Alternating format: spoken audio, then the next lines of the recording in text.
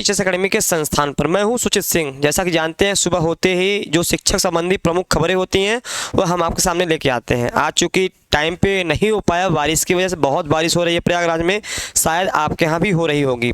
ठीक, तो चलिए, बारिश थोड़ा सा कम हुई, लेकिन हमने कहा जैसे ही बारिश कम हो तो हम क्लास ले लें। तो सबसे पहले आप जुड़ जाइए।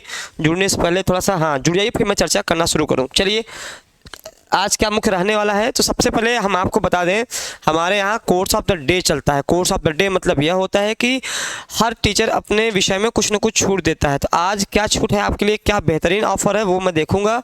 आज अगर देखा जाए तो आज आपका, अगर आप LT PGT की तैयारी करना चाहते हैं हिंदी विषय से, LT PGT की तैयारी करना चाहते हैं हिंदी विषय से, तो आपको मात्र 999 रुपया में, मात्र 999 रुपया में आपको यह कोर्स मिल जाएगा। अगर आप LT PGT हिंदी से तैयारी करना चाह रहे हैं, ठीक है, तो यह ऑफर कब तक है? यह ऑफर आपका 24 घंटे के लिए। अगर 24 घंटे के भीतर इस ऑफर को ले लेते हैं तो आपको इस बेहतरीन ऑफर मिल जाएंगे और यह आपका 1 साल तक मान रहेगा। इसमें क्या क्या मिलेगा? रिकॉर्डेड क्लासेज मिलेंगी, प्रैक्टिस क्लासेज मिलेंगी, डाउट सेशन क्लियर होगा और बेहतरीन आपको नोट्स मिलेगा PDF के द्वारा। तो चूकिए नहीं, फटाफट इसको आप ले सकते हैं।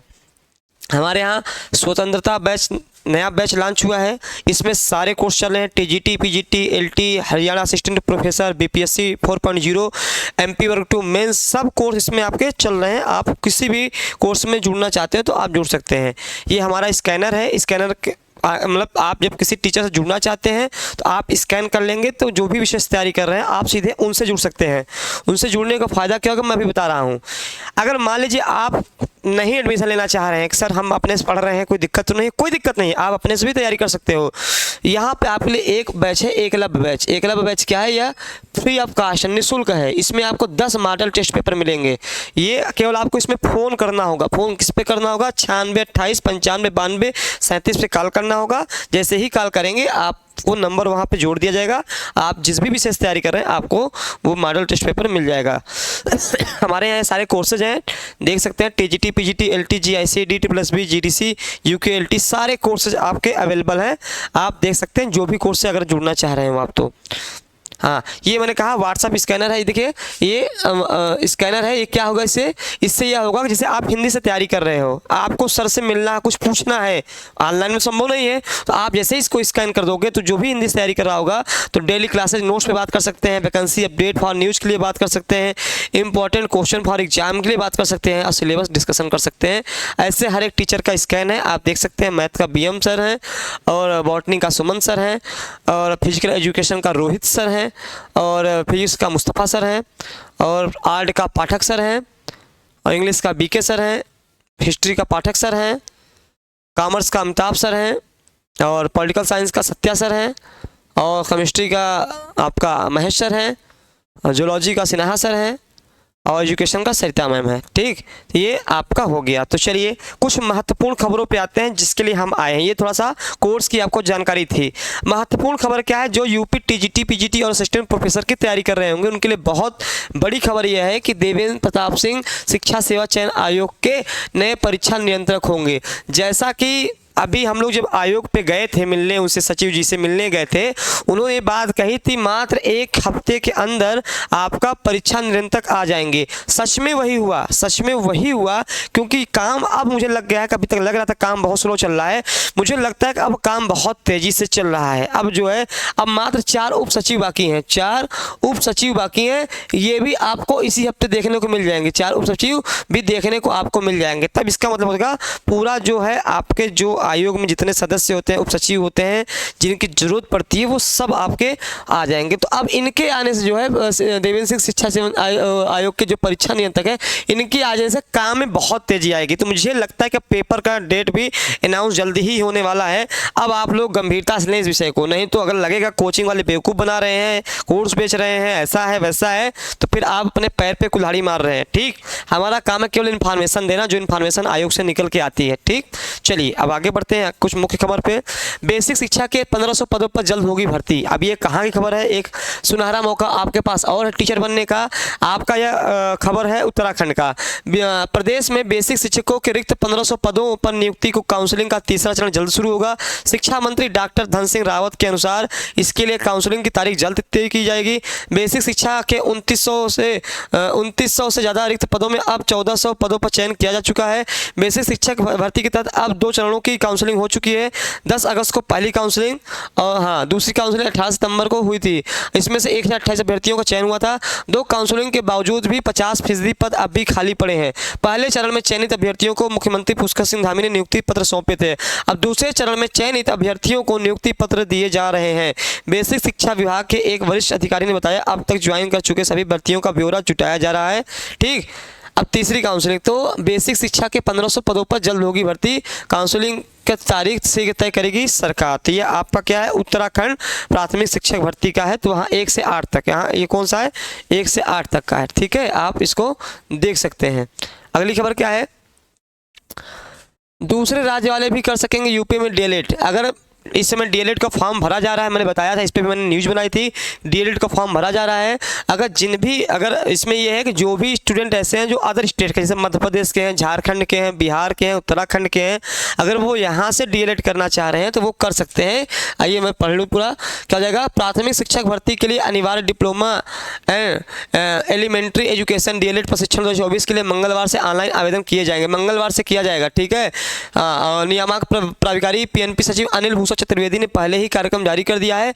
यह प्रशिक्षण प्राप्त करने के लिए इस बार से अभ्यर्थियों को उत्तर प्रदेश का निवासी होने की बाध्यता समाप्त कर दी गई है। पहली बार मतलब पहली बार क्या किया है? यूपी का बाध्यता समाप्त हो गई। यूपी की बाध्यता समाप्त हो गई है। आप किसी भी स्टेट की बाध्यता समाप्त कर दी गई है। मतलब सुनहरा मौका एक और है, समाप्त कर दी गई है। ठीक, कोई किसी भी स्टेट के अगर आप हैं तो भी आप डाल सकते हो। ठीक, तो यही आपका इसमें है। 18 सितंबर से फॉर्म शुरू हो रहा है। कल आज 17 है, कल से फॉर्म यह शुरू हो जाएगा। कल से यह फॉर्म आपका डीएलएड जो करना चाहता है फॉर्म शुरू हो जाएगा। ठीक है, अब इस फॉर्म शुरू हो जाएगा। इसके भरने से जो भी प्राथमिक शिक्षक भर्ती के टीचर बनना चाह रहे हैं उनके लिए है। अगर आप प्राथमिक शिक्षक भर्ती के टीचर बनना चाह रहे हैं तो आपको डीएलएड का कोर्स करना ही पड़ेगा। ठीक, चलिए। हाँ, सुप्रीम कोर्ट में मजबूत पैरवी के लिए जुटे आरक्षित वर्ग के अभ्यर्थी। अब आप जाने 69,000 दो पक्ष है। 69,000 की जो वैकेंसी है, 69,000 की वैकेंसी है, इसमें 2 है आरक्षित, मतलब 2 बच्चे आपस में ही जो है इनके आरक्षित और अनारक्षित, मतलब जनरल कोटा और ओबीसी कोटा, इनकी बात है। सुप्रीम कोर्ट ने क्या किया है? हाई कोर्ट के फैसले पर रोक लगा दी थी। मैंने इस खबर को बताया था, तो चलिए बता देते हैं। 69,000 शिक्षक भर्ती में सुनवाई की अगली तिथि हाँ 69,000 शिक्षक भर्ती में सुनवाई की अगली तिथि 23 सितंबर को लगी है। ऐसे में आरक्षित वर्ग के अभ्यर्थी अब आंदोलन से ज्यादा सुप्रीम कोर्ट में मामले में सशक्त पैरवी की तैयारी में लग गए हैं। अभ्यर्थी अपने केस की पैरवी के लिए वरिष्ठ अधिकारियों को उतारने की तैयारी में है। इसके लिए भी वह अभियान चला रहे हैं। इलाहाबाद हाईकोर्ट की डबल बेंच के आदेश के अनुपालन के लिए आरक्षित वर्ग के अभ्यर्थी लंबे समय से आंदोलन कर रहे हैं। उप मुख्यमंत्री केशव प्रसाद मौर्य के साथ ही कई कैबिनेट मंत्रियों के आवास पर घेराव की नियुक्ति देने की मांग कर चुके हैं। इसी बीच अनारक्षित वर्ग के अभ्यर्थी सुप्रीम कोर्ट पहुंच गए और इस पर सुनवाई के बाद 23 सितंबर तक स्टे लगा दिया गया। 23 सितंबर को आगे सुप्रीम कोर्ट यहाँ पे 23 सितंबर को अगली सुनवाई होगी सुप्रीम कोर्ट में। अब क्या फैसला आता है, तो जो भी फैसला आएगा हम आपके सामने तुरंत लेके आएंगे। अब इस मामले की सुनवाई की तिथि करीब आने के साथ ही आरक्षित वर्ग के अभ्यर्थी, ठीक है, हाँ यहाँ में पढ़ रहे हैं, यही वजह है कि फिलहाल घेराव आदि के आंदोलन का कार्यक्रम स्थगित कर दिया गया है। आरक्षित वर्ग के अभ्यर्थियों का नेतृत्व कर रहे अमरेंद्र पटेल ने कहा कि काफ़ी समय से चल रही लड़ाई अब जाकर हमारे पक्ष में निर्णय आया है। ऐसे में इसमें किसी तरह की कमी न रह जाए, इसलिए हम सुप्रीम कोर्ट में बेहतर पैरवी की तैयारी में लगे हुए हैं। ठीक है, अब 23 सितंबर को जो सुनवाई होगी, अब क्या सुनवाई होती है हम उस पर चर्चा करेंगे। ठीक है, वो जो भी आएगा मामला, जो भी फैसला आता है, ठीक है, या जो भी खबर निकल के आती है। देखिए, आयोग को 2 दिन करानी होगी आरओ और एआरओ की परीक्षा। 23 की परीक्षा है आपको। एक बार यह परीक्षा कैंसिल हो चुकी है, मतलब पेपर आउट हो गया था, दोबारा परीक्षा हो रही है। पर्याप्त संख्या में केंद्र नहीं मिल पाने के कारण उत्तर प्रदेश लोक सेवा आयोग में पीसीएस प्रारंभिक परीक्षा 2024 2 दिन कराने का विकल्प भी रखा है। पीसीएस परीक्षा के बाद अब आयोग के लिए अगली चुनौती समीक्षा अधिकारी आरओ एआरओ प्रारंभिक परीक्षा 2023 होगी, जिसके लिए पीसीएस परीक्षा से भी अधिक केंद्रों की जरूरत पड़ेगी। वैसे भी आयोग के लिए आरओ एआरओ प्रारंभिक परीक्षा 2023 का सफल आयोजन बड़ी चुनौती होगी, क्योंकि पेपर लीक होने से 11 फरवरी 2024 हुई परीक्षा निरस्त कर दी गई थी। अब यह परीक्षा 22 दिसंबर को दोबारा होगी। अब देख मैं बता दूं 22 दिसंबर को यह पेपर है, ठीक है, दोबारा पेपर है, री एग्जाम है, और मतलब 2 दिन रखा गया है, एक दिन नहीं हो पाएगा क्योंकि 10 लाख से अधिक अभ्यर्थी हैं, 10 लाख से अधिक बच्चे हैं भाई। इतने ज़्यादा बच्चों को अगर पारदर्शिता से कराना है तो इनको 2 दिन पेपर कराना पड़ जाएगा, वही चर्चा कर रही है, ठीक है। 411 पद हैं, 411 पद आपके हैं, ठीक। चलिए हाँ, अब देखिए एक खबर और है जो सिविल की तैयारी कर रहे हैं बीपीएससी के लिए। इस वर्ष बीपीएससी के एकीकृत 17वीं संयुक्त सिविल सेवा प्रतियोगिता परीक्षा के द्वारा अब 800 की जगह 1700 पद, अरे वाह, मतलब जहां पे 800 पद आए थे, सोचिए बिहार गजब का ही राज्य है। सोचिए बीपीएससी 4.0 ला रहा है, 3.0 का रिजल्ट आने वाला है, ठीक। कम से कम 1 लाख 1.5 लाख शिक्षक की नियुक्ति दे चुका है। अब देखिए बिहार में जो सिविल सर्विस की तैयारी कर रहे हैं उनके जगह सोचिए 1700 इकट्ठे 800 जगह 1700 पद आ गया है। अब और ज़्यादा उम्मीदें बढ़ गई हैं, सीटें बढ़ने से बच्चों के अंदर एक ना सकारात्मक ऊर्जा भर गया है, तो बहुत अच्छी खबर ये भी है, ठीक। हाँ, कॉलेज को स्नातक दाखिले के लिए नहीं मिल रहे छात्र, बड़ी विडंबना है कि जान रहे हैं कि अब आपका सीयूटी लग गया है। 2 साल से सीयूटी के माध्यम से आपका एडमिशन होता है, वो मतलब यूनिवर्सिटी में अगर आप लेना चाह रहे हैं तो। लेकिन दिक्कत इस बात की है कि अब बच्चे ही नहीं मिल रहे हैं सीयूटी पास वाले, अब बिना सीयूटी के ही उनको लेना पड़ जा रहा है। तो चलिए खबर क्या, सीएमपी में बीएससी मैथ में दाखिले के लिए गैर सीयूटी अभ्यर्थियों को मिला मौका। मतलब सोचिए सीयूटी की परीक्षा मतलब उन्होंने एक इंट्रेंस एग्जाम रख दिया था, सीयूटी के माध्यम से आपका कॉलेज सेलेक्ट करेंगे जैसा जैसा आपका नंबर होगा। लेकिन हुआ क्या कि यहाँ पर बच्चे नहीं मिल रहे हैं। तो देखिए खबर क्या निकल के रही, इलाहाबाद विश्वविद्यालय के संगठन महाविद्यालयों में इस बार स्नातक में प्रवेश के लिए अभ्यर्थी नहीं मिल रहे हैं। सोच रहे हैं विडंबना, देखिए हाँ, एडीसी और सीएमपी में जहाँ बीए और बीएससी में कटाव जारी किए सभी अभ्यर्थियों को दाखिल के लिए बुला लिया गया।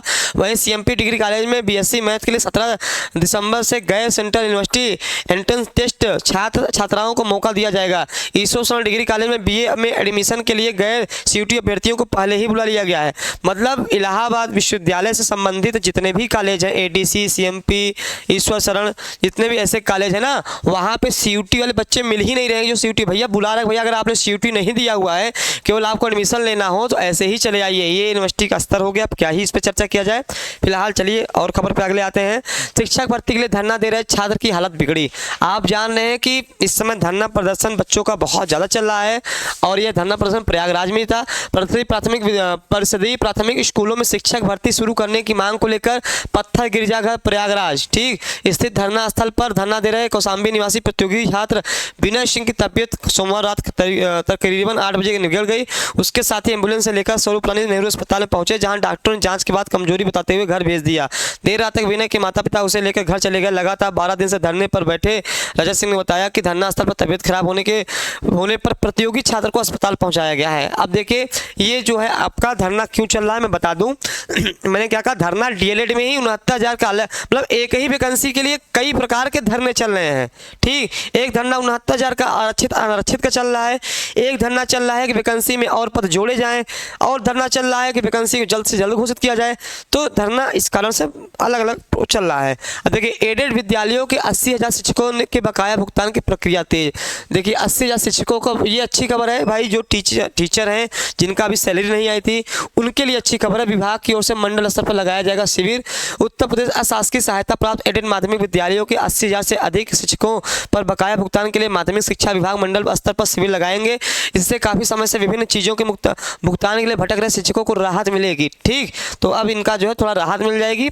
अगला खबर देखते हैं, हर मंडल में होगा सैनिक स्कूल। चलिए एक अच्छी खबर ये भी है, हर मंडल में होगा सैनिक स्कूल। माध्यमिक विद्यालयों को चयनित कर बदला जाएगा रूप, रक्षा मंत्रालय ने मांगे आवेदन ठीक। अब देखिए क्या है, प्रदेश के 16 मंडल मुख्यालयों में अब एक माध्यमिक विद्यालय में सैनिक स्कूल के रूप में विकसित किया जाएगा। लखनऊ व गोरखपुर मंडल में एक सैनिक विद्यालय पहले से है। यह केंद्र सरकार की देश भर में 100 विद्यालयों को सैनिक स्कूल की तरफ public private partnership PPP model पर विकसित करने की योजना के तहत है। इसके लिए सैनिक स्कूल सोसाइटी रक्षा मंत्रालय ने इच्छुक विद्यालयों से आवेदन मांगे हैं। योजना के अनुसार कोई भी राजकीय या शासकीय सहायता प्राप्त निजी विद्यालय को किसी निजी संस्था के सहयोग से सैनिक स्कूल के रूप में विकसित किया जाएगा। आवेदन करने वाले विद्यालयों की स्क्रूटनी के बाद इसके लिए विद्यालयों का चयन होगा। इसे लेकर माध्यमिक शिक्षा विभाग ने सभी 16 मंडल मुख्यालयों वाले जिलों के डीएम को पत्र भेजकर आवेदन प्रक्रिया पूरी करने व इसकी सूचना शासन को उपलब्ध कराने को कहा है। तो ये खबर क्या है आपका, ये खबर सैनिक स्कूल को लेकर के है कि हर एक मंडल में स्कूल होंगे। जब स्कूल होगा तो सीधी सी बात है टीचर की भी भर्ती निकलेगी। आपके लिए टीचर बनने की खबर अच्छी है स्कूल के साथ साथ। दूसरे राज्यों के अभ्यर्थी को डीएलएड प्रवेश में आरक्षण नहीं मिलेगा। अब देखिए, अभी मैंने आपको यह खबर पहले बताई कि दूसरे स्टेट वाले भी डीएलएड का फॉर्म भर सकते हैं। पहली बार यूपी ने बंधन जो है वो तोड़ दिया है, ठीक, वो तोड़ दिया है। तो अब क्या होगा, आरक्षण आपको नहीं मिलेगा। जैसे होता है ना कि जैसे आप समझे, जैसे आप यूपी के हैं, अगर आप ओबीसी हैं, एसटी एससी हैं तो आपको आरक्षण मिलेगा। लेकिन जैसे ही आप अदर स्टेट के में हैं, चाहे वहाँ ओबीसी हो, एसटी एससी हो, जैसे ही आपने यूपी में आए, आप सीधे जनरल अकाउंट में, जनरल मतलब आपको अनारक्षित वाले में कर दिया जाएगा। क्या कर दिया जाएगा, अनारक्षित वाले में कर दिएगा। पहली बार गैर यूपी के अभ्यर्थियों को डीएलएड में मिलेगा प्रवेश। पहले चरण में केवल उत्तर प्रदेश के आवेदक ही देंगे, ठीक है। तो इसमें क्या होगा, इसमें जो है आपका ये कर दिया जाएगा। चलिए, तो ये जो है आपका ये भी खबर थी। अगली खबर क्या है, नौकरी के साथ करें बीटेक। आपके लिए अच्छी खबर क्या है, यूपी के 12 कॉलेजों को मिली अनुमति। 50 किमी की परिधि में आने वाले उद्योगों को पेशेवर को ही मिलेगा प्रवेश। अब आप नौकरी साथ ना बीटेक का भी कोर्स कर सकते हो। मतलब चीज़ें चेंज हो रही हैं, एजुकेशन सिस्टम चेंज हो रहा है, उसी चेंज में आपका एक ये भी दे दिया गया है, ठीक। चलिए, तो ये आज के लिए मुख्य खबरें थी। तो मैं बार बार कह रहा हूँ, जो यूपी टीजीटी पीजीटी की तैयारी कर रहे हो, असिस्टेंट प्रोफेसर की तैयारी कर रहे हो, वो बिल्कुल सजग हो जाएं, क्योंकि अब परीक्षा नियंत्रक भी आ गए हैं, उप सचिव भी जल्दी ही आ जाएंगे। जल्दी ही सितंबर माह में कैलेंडर भी जारी हो जाएगा परीक्षा तिथि का। तो उम्मीद है कि अब आप लोग इसको गंभीरता से लेंगे, ठीक। दूसरी बात यह है कि 1 बजे हमारी क्लास स्टेट की चलती है। आप जिन भी स्टूडेंट को स्टेट की तैयारी करना है तो 1 बजे से क्लास चलती है, आप उसको ले सकते हैं। और जो MP वर्ग 2 मेंस की तैयारी कर रहे हैं हिंदी से, वह क्लास आपकी 12 बजे चलती है। और भी कोई जानकारी लेना हो तो आप फ़ोन पे कॉल कर सकते हो, सारी जानकारी ले सकते हो। तब तक आप लोग स्वस्थ रहिए, मस्त रहिए और खूब तैयारी करते रहिए, पढ़ते लिखते रहिए। धन्यवाद।